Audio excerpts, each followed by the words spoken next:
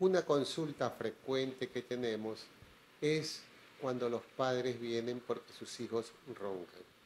Los hijos son pequeños, estos niños roncan, duermen con la boca abierta, babean, tienen mal rendimiento escolar, se orinan mucho en la cama y la consulta frecuente es: doctor, ¿qué puedo hacer cuando mi niño ronca? ¿Es normal que mi niño ronque? Quiero entonces comentarles a ustedes que si un niño ronca, está enfermo hasta que se demuestre lo contrario. Es necesario estudiar a estos niños.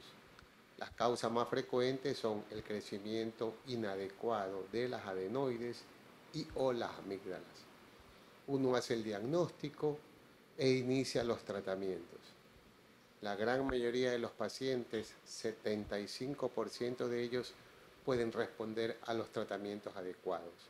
Si no hay una buena respuesta o uno está en la duda, se tiene que realizar un estudio de sueño. En aquellos niños que ya están dejando de respirar en la noche o que les cae el oxígeno muy frecuente, es entonces cuando los procedimientos quirúrgicos ya están indicados. ¿Y por qué es importante conocer esto? Porque aquel niño que no recibe el tratamiento adecuado por sus ronquidos es el que más va a tener complicaciones posteriores: asma bronquial, problemas en el corazón, más riesgo de hipertensión, más riesgo de resistencia a la insulina.